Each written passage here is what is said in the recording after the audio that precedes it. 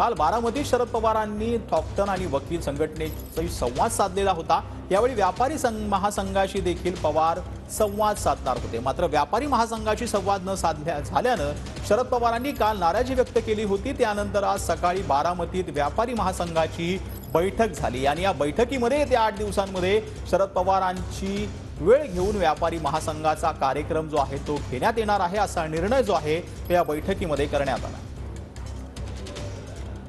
व्यापारी रस्त्याच्या अनेक प्रश्नांची सोडवणूक करण्यासाठी मी 2-3 दिवस या क्षेत्रामध्ये घालवले आणि मला गंमत वाटली की बारामतीच्याच व्यापाऱ्यांनी या संदर्भाची मिटिंग घेणं त्यांना शक्य नाही हे मला कळवलं।